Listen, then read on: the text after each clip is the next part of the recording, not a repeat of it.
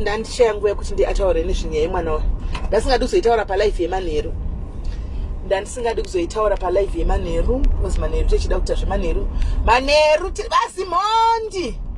vazimondi tiri kuuyako vazimondi we are coming there vazimondi naimi ndakangomirirawo nepicture yavazimondi vemachira ndakangomirirawo picture yavazimondi yemachira naimi ane picture yavazimondi yemachira ndakangomirirawo please tipeiwo kapicture yacho yavazimondi ane picture yavazimondi tipeiwo kapicture yavazimondi tione kufambira nyaya dzacho right. Saka masikara sei guys, makadi yenyu muri sei guys, nyaya yandauya nayo inyaya inogwadza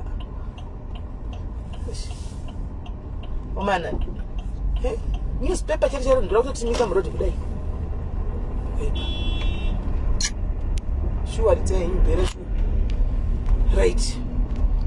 Maiona guys, nyaya yemwana enda poster mwana ari kuabuswa kuBulawayo anditi to all those who felt offended nekuposta kwandaita mwana anditika I'm very sorry but I did it for a reason. I'm very sorry, I apologize kana mave offended maybe ni mwana or things like that but ndaisira ndazvita for a reason. I thought about it ngati manje vananoziva mukadzi uyu asi kubudikira handiti of course tine information yekuti timainini vemwana handika ndo information yega ndandinayo handiti avasi kubudikira vari kubuda makumbo mwana ndiye ari kubudikira face. Saka hama dzinozoziva sei kuti to come through mai vemwana vanozoziva sei kuti chokwadi mwana wavo pasina I had to take a risk yekuti ndikandise picture yemwana anmona ndikandise picture yemwana because ndafona mapurisa guys 3 fucking times before ndauya kwamuri nini ndaposta nyai ndafona akumana and then you wanna stop saying for sake man bombo ow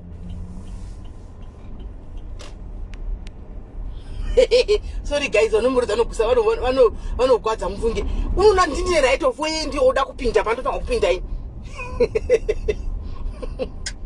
nai murungu uyo ndine right of way iyo unoda kusangana neni pakati apasa tadhumana padikidiki baba guys, padikidiki tadhumana mufunge apane vana zvobhuwa fani mufunge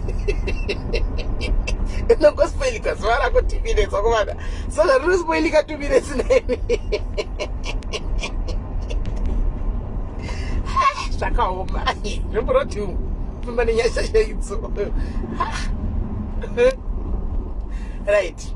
Saka nyaya iripo guys ndeyekudai so ndatora risk yeposta zvandaita nyaya iyi pandaipuwa makuseni ndayatsofunga handitika ndoita sei munhu andipawo nyaya handitika munhu andipa nyaya handiti haasi paground uri kunzwisa trick yanga iripo munhu andipa nyaya haasi paground hanomukona munhu apiwawo information munhu amupa information handika kuti aiunze kwandiri andimazvona munhu ari kuZimbabwe but hatombodi patonzi pane dzimwe mamwe pressing issues aripo hatombodi kana kutaura neni asi kutoda kuti ndizoti ndiani asi kutomboda kana kuti zita rake ribude kana kuti namba kana chi asi kutoda hamenowo zviripo chagona chite kungochisendera ndangobvunzaini kuti do you have evidence izvi ndakutaura izvi handika akati evidence ndinayo akanditumira evidence inasekui hanimaona akanditumira evidence atumira evidence kudara handika ndobva ndati address andikandira hanimaona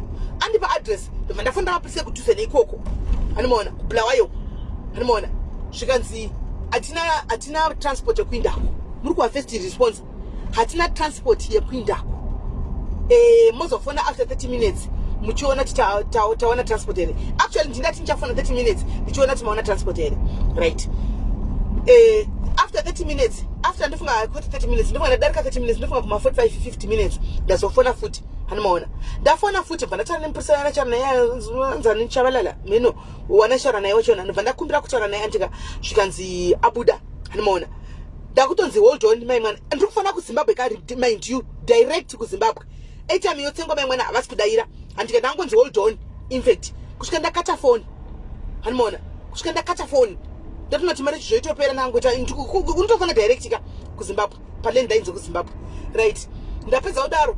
Ndagara ndafona futhi ndazondopedza zvima 45 minutes ndafona futhi hanimaona zvikanzi information isosima ipiwa nani information madi kubata the child line kana kuti social workers guys mapurisa kundudza izvozvo hanimaona mapurisa kundudza izvozvo and I didn't know what to do hanimaona ndasoza sindota sei ndosaka ndati no I'm taking the risk poster nemwana ndakutoposta nokuti maive mwana ari kunzi vari muSA muno probably vanogona kuva vari one of us I don't know hanimaona kumaive mwana voziva sei nyaya iyi namba dzamaive mwana hapana nadzo murikuona pari tiki panga pari tiki pachona chindipai namba dzamaive mwana namba dzamaive mwana hapana nadzo handiti chindipai pikisha yenhingikiri yeboyfriend yemuyi kuti kuri kunzi mainini neboyfriend ndo vari kuita izvi ndipai pikicha yeboyfriend boyfriend hasi kubuda pikisha chindipai pikicha ramainini fu hapana pangowanikwa mapikicha yakarekodwa mwana ramainini fu riya hapana guys ndanchiita sei ndabvisa hameno mashandisi edu akamira sei right now I don't know. For all we know mwana anogona kuramba chingo abuswa tichiti ngatibvise mapikicha emwana hanimaona. For all we know mwana anogona kuramba chito abuswa tichiti mapostire emwana. Sometimes we post these kids for a good reason guys, we post vana ava for a good reasons, for good reasons. Andifunga kuti kune munhu ane nomausenzi dzakakwana angati uri kunyatsoona kuti tiri kuposta tikutsvaga munhu tikuposta kuti ndozviri kuitika izvi pamwana uyu handi obva afunga mweya umwe nepikicha yemwana inenge kando paintaneti mukomana musadaro pandakanda vanhikira ndakandaka because nandichitraya foni yakufona futi saka ndangoisa mapictures aya handika bva ndadzokera kunotraya kufona futi kuti ndione kuti ndekupi ndingakubata umwe ananga ndibetsera ndadavigwa kana nemupurisa wechikadzi oroso pamwe zvanga zviita mutsindo hanimaona. Saka pana kukana pana zodzoka chitega ndese ma comments ndo pandawana panga pane vangu vachipopota kuti maisire ma pictures emwana handika mayanikire pana chedza angachitira danzi mayanikire ndanovhurawo chedza waya pa vanhu vese vaisa ma like panga pana about 9 likes or so handimoda ndikanovhurawo vangu vaisa ma likes wo ndikaonawo ndikaona kuti people ava muchi avasi happy handika ndimwana isigwei but ndatopa right like now ndastuck andichazoti ndobatsira mwana uyu sei I don't know how to help this kid.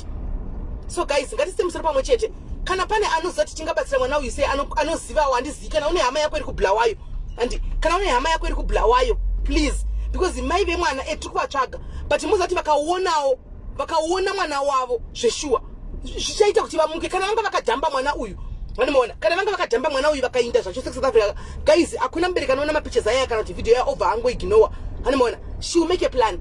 But now I've removed the pictures. I don't know. Twitter say ndotangira papi. Anchaziviwo. Maybe we can help each other there. Twitter say anchazivi.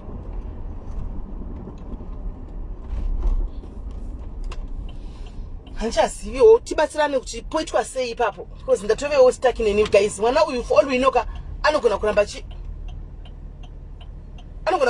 achito abuswa. Handitimuona.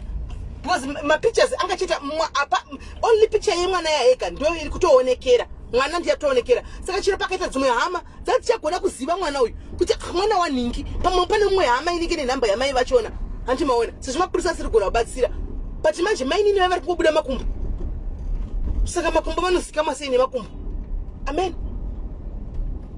handiziviwo guys ndati tionesana.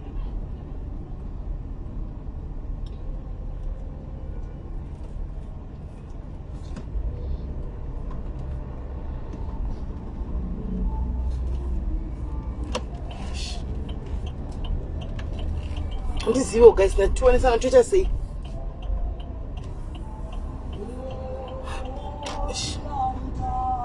come on just so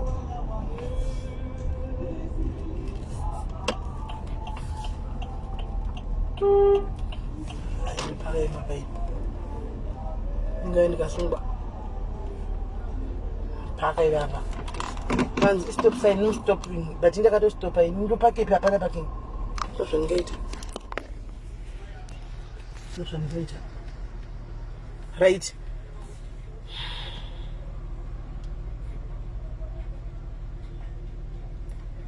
Zvonetsa kuti uzoposta picture yemwana unotukirwa picture yemwana ndiri kutry kubatsira guys. I'm trying to help.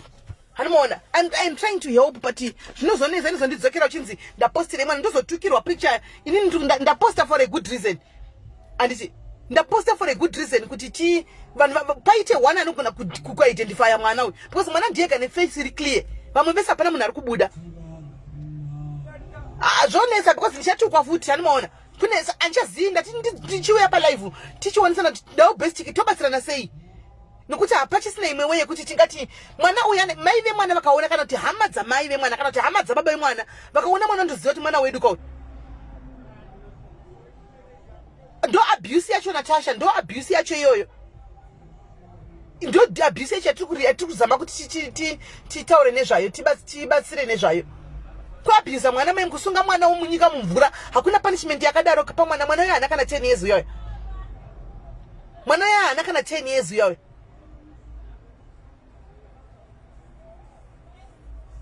Ndafonera mapurisa 3 times guys, mapurisa fixed time atina motikari. 2 maudzwa nani? Imi muri kufona muri kupi maudzwa nani? Ndikati kwenga evidence ndiri kupa i1 ndeyari ni mapicture aya. Madi kufonera ve child line kana kufonera ma social workers. Come on guys, kana ndimiwo.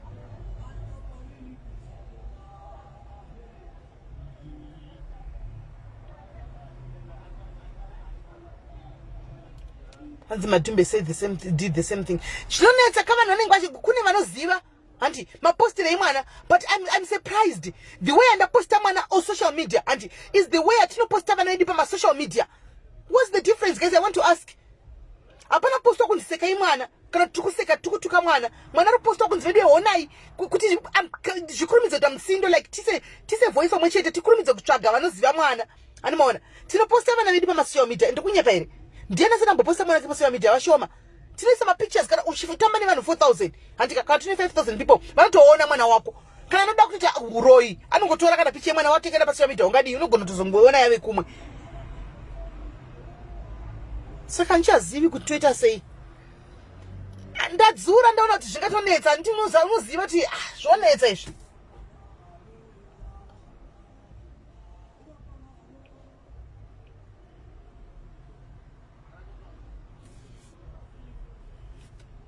Andizivi guys, ndoita sei?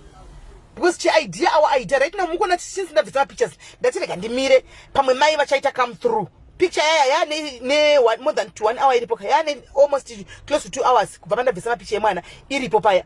But till now mai vemwana sati come through. Avasati vaita nikikiri. Munhu andipa mapictures ari muno muSA apiwa nemunhu ari kuZimbabwe. Munhu ari kuZimbabwe I tried to taure naye atodi ndofunga kune mameno asi kutoda.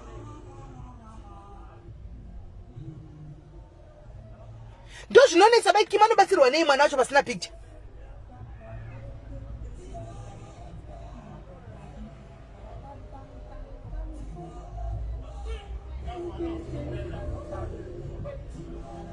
An abuser cannot come and go. Oh, kuti anga chigo. Oh, kuti muna complain about. I don't think so. No. Asi abuser. Okay. My diaries. My diaries. Epano. Candice. Apana pekufonera. Pekufonera apana. Saka alright guys. Kana ma utawirira na mozongo ndimirirao. I'm reposting those pictures again. Antika. So that if I say picture imana nchai, I'm going to repost the pictures again. Antika. Itarisa ima pictures aya guys. Ino gonari mwana we ama yako iwe. Usiri kutoziva. KuBulawayo enda udzwa kuti kupimira nditarisa. Ndokusati ndusasaseka nantiri panapa.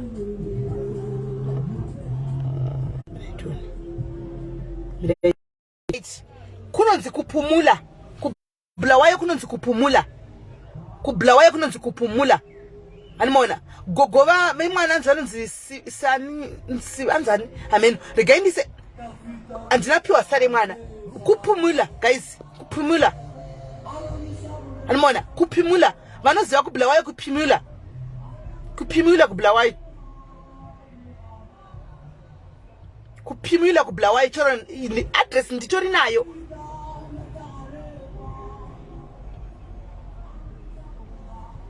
Varipi naye email tichivatsvaga kuti vauye vachibatsire mwana uyu hasi kuabhiyuzwa here hasi kuabhiyuzwa here tichimbotsvaga masocial workers nemoti havana kutoona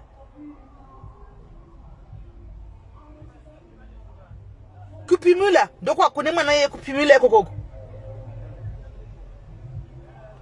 handizivi but namba ndinayo namba kupimula but namba ndinayo ndapiwa namba handizivi kuti pimula chii nangonzi kupimula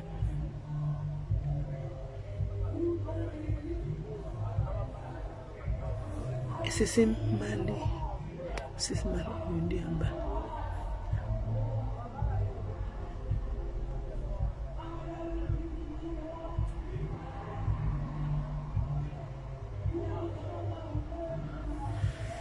right regai ndiposte mirai ndichadzoka neinformation mirai ndizifambire mapurisa hazvichatobetseri guys mapurisa koise nono ndatobvako chiregai ndimbotsvaka ndichakupai feedback regai ndise mapicha emwana ndobva ndichakuudzai futi mirai ndise mapictures emwana mastokolo kukunonzi kuchipo amen regai ndise mapictures handichika then ndoona kuti haufa it's like anonymous ari kundipaya pane namba yandipa anonymous aposta imwe namba izvozvi pane namba yandipa anonymous izvi mirai ndifone sho ndine one phone ndauya ne1 phone ndida kupindawo ndina ndine 2 mafoni mirai ndikumbire mandiri kuindawo munhu ndikuinda kwapuro ndikuinda mapuro maprosex mbonobiswa nzara maprosex ndokumbira foni yapuro ndofonera mai ava ndiri palife mbuya ava chiwe kuti vanoti kudii vanogona kuti basa sikwanzi vanorwara vanorwara nepfungwa saka totoona tovahendla sei saka musadi guys moramba muri mudhuze ndofona futi manje ndika moramba muri mudhuze ndikudzoka futi manje eish auya anohlava kumana kwai musambonditaure regai ngozomupindura alright iri boy guys saka musaenda regai ndite repost mapicha zemwana kandi ndimbomira kuti repost mapicha zemwana mirai nditange ndafonera namba yakando apa tione kuti vanoti kudii then totangira ipapo handitika musaenda kure